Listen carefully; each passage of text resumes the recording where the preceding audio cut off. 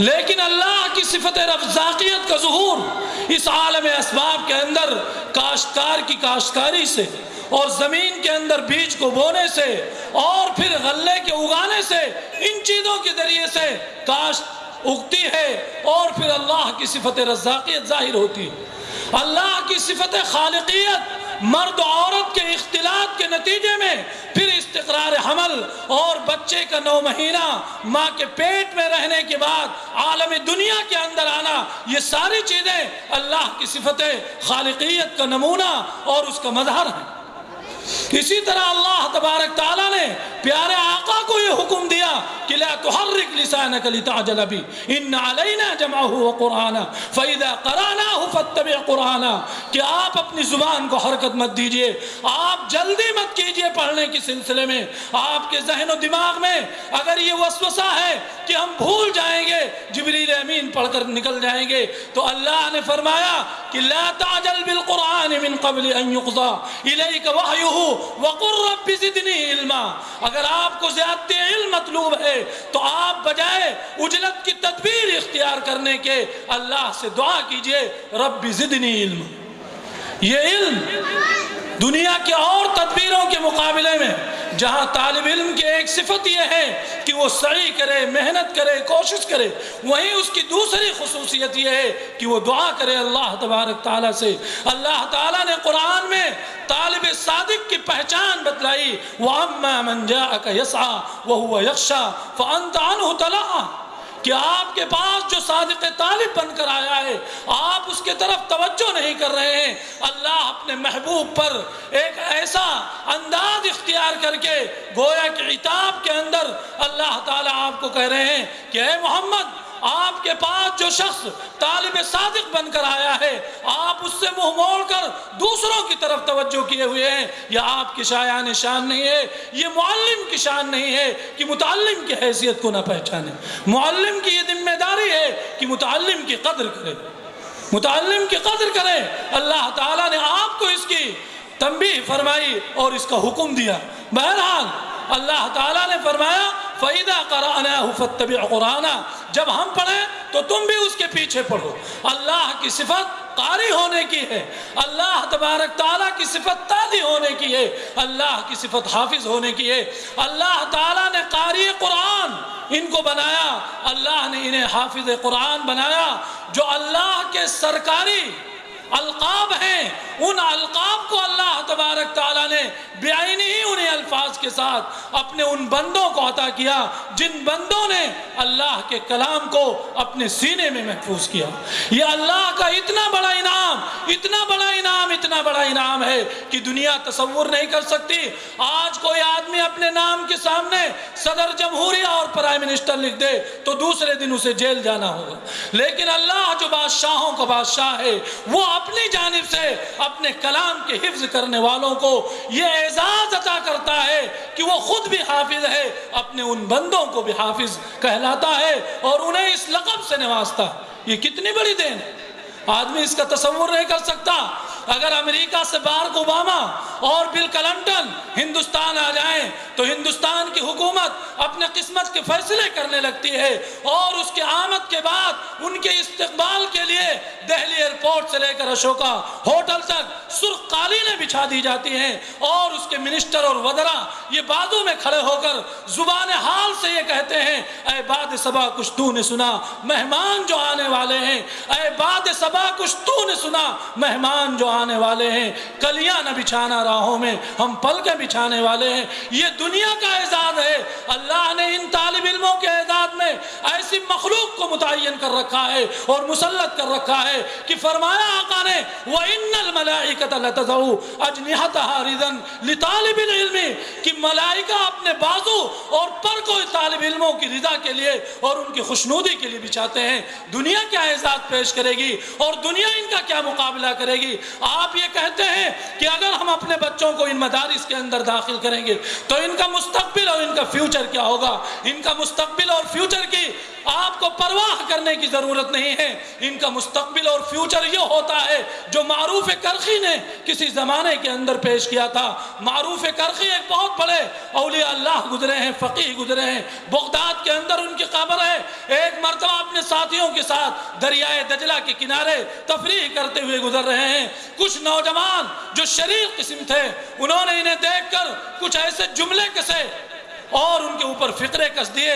ان کے ساتھیوں نے کہا کہ اے معروف کرخی, آپ کے اوپر یہ نوجوان جنہیں کچھ شعور نہیں ہے وہ آپ کے اوپر اس طرح کا جملہ کس رہے ہیں. معروف کرخی سے ان لوگوں نے درخواست کی کہ آپ ان کے لیے دعا کریں. معروف کرخی نے ہاتھ اٹھایا اور اللہ سے دعا کی, اے باری الہ, جس طرح آپ نے دنیا میں انہیں خوشحال رکھا ہے آپ آخرت میں بھی انہیں خوشحال رکھیے. آپ آخرت میں بھی انہیں خوشحال رکھیے. یہ ہے ایک دینی مدرسے کے طالب علم کی اور ایک عالم کا فیوچر اور مستقبل. آپ کو ان کے فیوچر اور مستقبل کی فکر کرنے کی ضرورت نہیں.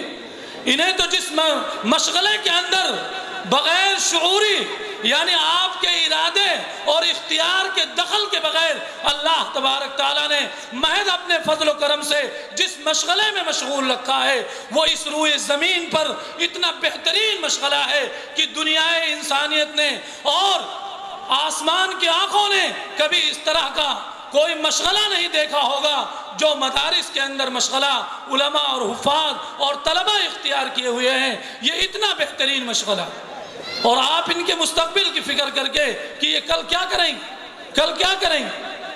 میرے محترم بزرگوں اور دوستوں, آپ کو یہ کرنا ہے, اگر آپ ان کے اعزاز کو سمجھ جائیں, آپ ان کے مقام کو سمجھ جائیں, آپ کا کام یہ ہے کہ قرآن کی عظمت کو بجا لائیں. قرآن کی عظمت اتنی اہم چیز ہے, اتنی اہم چیز ہے کہ مسلمان تو کجا, ایک کافر بھی اگر قرآن کی عظمت کرتا ہے تو ایمان کی دولت سے بہرور ہوتا ہے, ایمان کی دولت سے بہرور ہوتا ہے. آپ کے اسی ہندوستان کے اندر نیول کشور نامی ایک شخص گزرا ہے, اور کشور نامی پریس اس کا لکھنؤ کے اندر چلا کرتا تھا. اس کے حالات کے اندر لکھا ہوا ہے کہ جب بھی قرآن کریم کی طباعت کیا کرتا تھا اور اس کا نمبر آیا کرتا تھا تو اپنے سارے مزدوروں کو حکم دیتا تھا کہ سب باہر نکل جاؤ, اور پورے پریس کی دھلائی کی جاتی تھی اور سب کو غسل دیا جاتا تھا. اس کے بعد سارے لوگوں کے ساتھ وہ مل کر قرآن کی طباعت کیا کرتا تھا. ایک مرتبہ وہ عراق گیا ہوا تھا اور عراق کے اندر کچھ سرکاری محفلیں منعقد ہو رہی تھی سیاسی, اس کے اندر اس کو بھی اس کے بعض مہمانوں نے شریک کیا اور اس کا اعزاز ہوا. اس اعزاز کے نتیجے میں وہ ہندوستان آیا اور اپنے گھر کے اندر یہ اعلان کیا کہ میں اسلام قبول کر چکا ہوں, میں اسلام قبول کر چکا ہوں. حضرت شاہ مولانا ابرار الحق صاحب رحمۃ اللہ علیہ سے اس کے تعلق اور ان کے متعلقین سے تعلق, حضرت شاہ صاحب نے خود اس کو بیان کیا کہ اس نے اپنے احوال کو بیان کیا, اور یہ اللہ تبارک تعالیٰ کی جانب سے اسے یہ مقام جو ملا ہے اور یہ مرتبہ جو ملا ہے, یہ دولت جو ملی ہے قرآن کی عظمت کی بنیاد پر, قرآن کی عظمت کی بنیاد پر. وہ عمر ابن خطاب جن کے باپ انہیں تانا دیا کرتے تھے کہ تمہیں بکریاں چرانا نہیں آتا, تمہیں اونٹ چرانا نہیں آتا, جب خلیفہ بنے اور حج کے ایام میں مسلمانوں کی قیادت کرتے ہوئے امام کی حیثیت سے مینا کے وادی میں ٹھہرتے ہیں اور چلچلاتی ہوئی دھوپ ہے, لوگ کہتے ہیں امیر المومنین آخر بات کیا ہے کہ آپ اس وادی کے اندر ٹھہرے ہوئے ہیں. امیر المومنین کی آنکھوں سے آنسو جاری ہو جاتے ہیں کہ ایک دن وہ تھا کہ جس دن ہمارے باپ ہمیں یہ تانا دیا کرتے تھے کہ اے عمر تم کیا کرو گے دنیا میں, تمہیں اونٹ چرانا نہیں آتا ہے, تمہیں بکریاں چرانا نہیں آتا ہے. آج وہ عمر لوگوں کی قیادت کر رہا ہے. عمر ابن خطاب آنکھوں سے آنسو جاری کرتے ہوئے یہ جملہ ارشاد فرماتے ہیں, اعزنا اللہ بالقرآن, اللہ نے مجھے عزت بخشی ہے قرآن کے ذریعے سے, اللہ نے مجھے عزت بخشی ہے قرآن کے ذریعے سے. آپ قرآن کی عظمت کیجئے, اس کا ثواب علماء نے لکھا ہے, اور انجام کار کہ ایمان کی دولت سے مرتے وقت آدمی کو کلمہ نصیب ہوگا, مرتے وقت کلمہ نصیب ہوگا. اگر آدمی چاہتا ہے کہ مرتے وقت کلمہ نصیب ہو تو قرآن کی عظمت کو بجا لائے, قرآن کی عظمت کو بجا لائے. یہ جو بچے حافظ قرآن ہوئے ہیں ان کی خدمت کرنا یہ آپ کی ذمہ داری, یہ اللہ کے رسول کے مہمان ہیں, اور اللہ تبارک تعالیٰ اپنے ایک نبی کا قول قرآن کے اندر ذکر کرتا ہے ان ہؤلاء ضیفی فلا تفضحون، نبی اپنے قوم کے لوگوں سے کہہ رہا ہے کہ یہ آئے ہوئے لوگ میرے مہمان ہیں، اگر ان کی رسوائی ہوئی تو میری رسوائی ہوگی۔ یہ دینی مدارس کے اندر پڑھنے والے طلبہ یہ اللہ کے رسول کے مہمان ہیں، اگر انہیں تکلیف پہنچتی ہے کھانے اور پینے اور ان کی رہائش کے سلسلے میں تو آقا کو تکلیف پہنچے گی۔ دنیا کا وہ کون انسان ہے جو آقا کو تکلیف پہنچا کر دنیا میں سرخرو رکھ سکے، دنیا میں سرخرو رکھ سکے؟ اللہ کے راستے میں خرچ کرنے کا ثواب اگر آپ کو اندازہ لگانا ہے، عثمان غنی رضی اللہ تعالیٰ عنہ نے حضرت ابوبکر صدیق کے دور خلافت میں ایک مرتبہ قحط پڑا ہوا تھا، مدینہ کے مسلمان سارے کے سارے پریشان ہیں، ابوبکر صدیق نے کہا کہ آج شام تک انتظام ہو جائے گا۔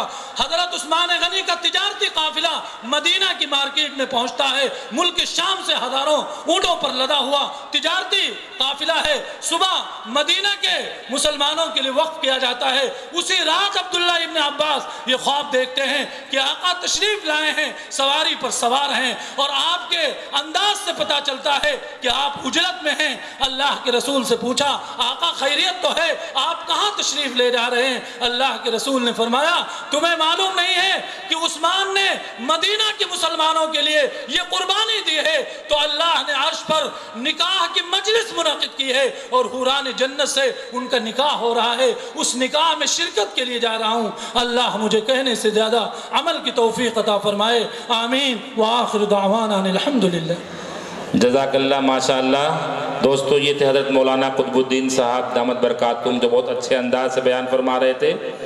حضرت قاری محمد صادق صاحب دامت برکاتہم کی دعوت پر جو علماء کرام مہمان کرام تشریف لائے ہیں، میں سب کا خیر مقدم کرتا ہوں۔ خاص طور سے علماء کرام ائمہ کرام سے گزارش سے اسٹیج پہ آ جائیں۔ دوستو وقت بہت کم ہے، اس لیے بلا تاخیر مشہور مقرر جن کی تقریر کو ہم برابر سنتے رہے، میں دعوت دوں گا حضرت مولانا محمد عرفان صاحب قاسمی دامت برکاتہم مبلغ دارالعلوم دیوبند تشریف لائیں، اپنے بیان سے ہم سب کو مستفیض فرمائیں۔ ٹائم بتا دیں۔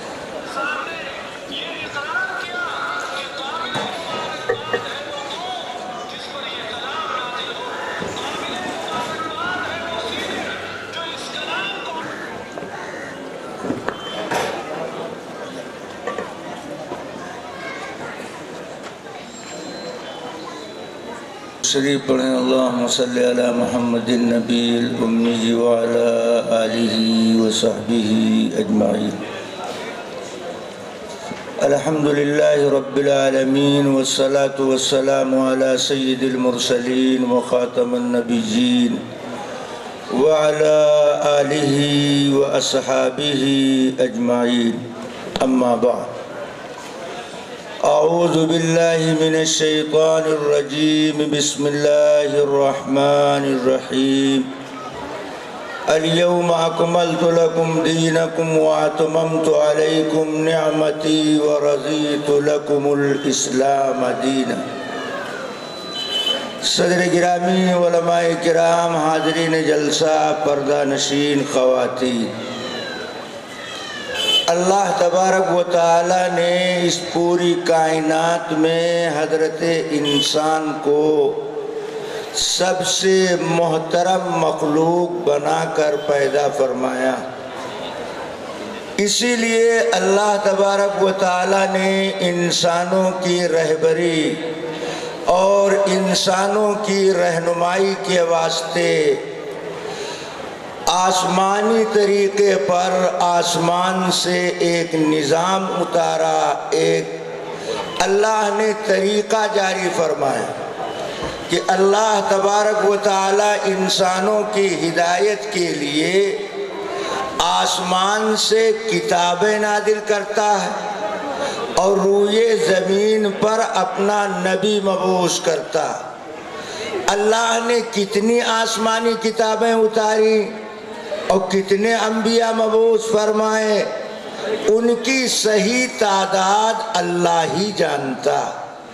بعض روایات میں جو 1.25 لاکھ کا تذکرہ ملتا ہے، یہ کوئی نصی قطعی بات نہیں بلکہ یہ ظنی تخمینی بات۔ اسی لیے دین اسلام نے ایمانیات کے مسئلے میں جن کا عدد متعین نہیں ہے ان پر ایمان لانے کے لیے تعداد کی حد بندی کا حکم نہیں دیا، بلکہ اجمالی طریقے پر ایمان لانے کا حکم دیا۔ جیسے ہم آپ پڑھتے ہیں آمنت باللہ وملائکتہ وکتبہ ورسلہ، میں ایمان لایا اللہ پر، میں ایمان لایا اس کے تمام ملائکہ پر۔ اب ملائکہ کی تعداد کتنی؟ 10 کروڑ، اللہ جانتا ہے، بندے نہیں جانتے، لہذا حد بندی کرنے کا ہمیں حق نہیں۔ اللہ کی آسمانی کتابوں پر ایمان لا، رسولوں پر ایمان لا۔ کتابوں کی تعداد اللہ جانتا اور رسولوں کی تعداد اللہ ہی بہتر جانتا۔ اللہ نے قرآن میں اپنے محبوب کو مخاطب کر کے فرمایا وَلَمْ نَقْصُصْ عَلَيْكَ، ہم نے بعض انبیاء کے حالات آپ کو بتائیں اور بعض نبیوں کے حالات آپ کو ہم نے نہیں بتایا۔ تو جب اللہ نبی کو نہ بتائے تو امتی نبی کے بتائے بغیر کیسے جان سکتا؟ لیکن اللہ تبارک و تعالی نے جو انسانوں کی رہبری کے لیے کتاب اور نبی کے بھیجنے کا مبارک سلسلہ شروع کیا تو کتاب کے بعد نبی کو کیوں مبعوث کیا؟ یہ ایک سوال ہے۔ وجہ اس کی یہ ہے، ذرا غور سے سنیے، کتاب الفاظ کے مجموعے کو کہا جاتا۔ کتاب میں عبارات اور جملے ہوا کرتے ہیں، یہ الفاظ کا مجموعہ، یہ عبارات اور کلمات کا مجموعہ جس کو کتاب کہا جاتا، ہر لفظ کا کوئی نہ کوئی معنی ہوا کرتا۔ اب اگر صرف کتاب کو اللہ نازل کر دیتا اور کتاب سمجھانے والا اللہ مبعوث نہ کرتا تو اللہ کے بندوں میں کچھ ایسے بندے جو ذہین فطین عقل مند ہیں وہ الفاظ قرآن کے لیتے اور معنی اپنا داخل کرنا شروع کر دیتے، الفاظ قرآن کے معنی اپنا شامل کرتے تو قرآن کے نزول کا جو مقصد ہے وہ فوت ہو جاتا۔ اب قرآن کے الفاظ نقل کر کے معنی اپنا داخل کرے، قرآن کے لفظ کا ترجمہ غلط کرے، حدیث کے لفظ کا ترجمہ غلط کرے تو قرآن اپنی طرف سے دفاع نہیں کر سکتا۔ اس لیے کہ الفاظ اور جملے، کلمے اور عبارات یہ بے ہی چیز کہلاتی، ان کے اندر دفاع کی طاقت نہیں، الفاظ جواب نہیں دے سکتے، کلمہ مدافعت نہیں کر سکتا۔ اس لیے اللہ تبارک و تعالی نے نبی مبعوث کیا کہ ہمارے کلام کا وہی مطلب قابل اعتبار کہلائے گا جو ہمارا پیغمبر بیان کرے گا، اور نبی کے بیان کا مطلب وہی قابل اعتبار کہلائے گا جو نبی کے صحابہ بیان کریں گے۔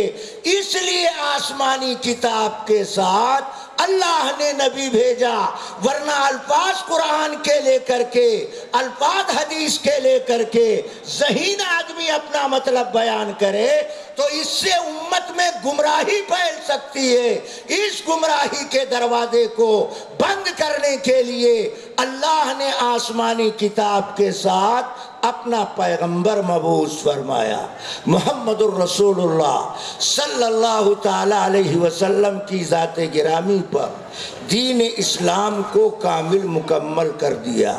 جو آیت میں نے آپ کے سامنے تلاوت کیا یہ نبی کے وصال سے 80-82 دن پہلے اس زمین پر اللہ نے اس آیت کو نازل کیا۔ اللہ فرماتا ہے الیوم اکملت لکم دینکم، آج ہم نے تمہارے لیے تمہارے دین کو مکمل کر دیا۔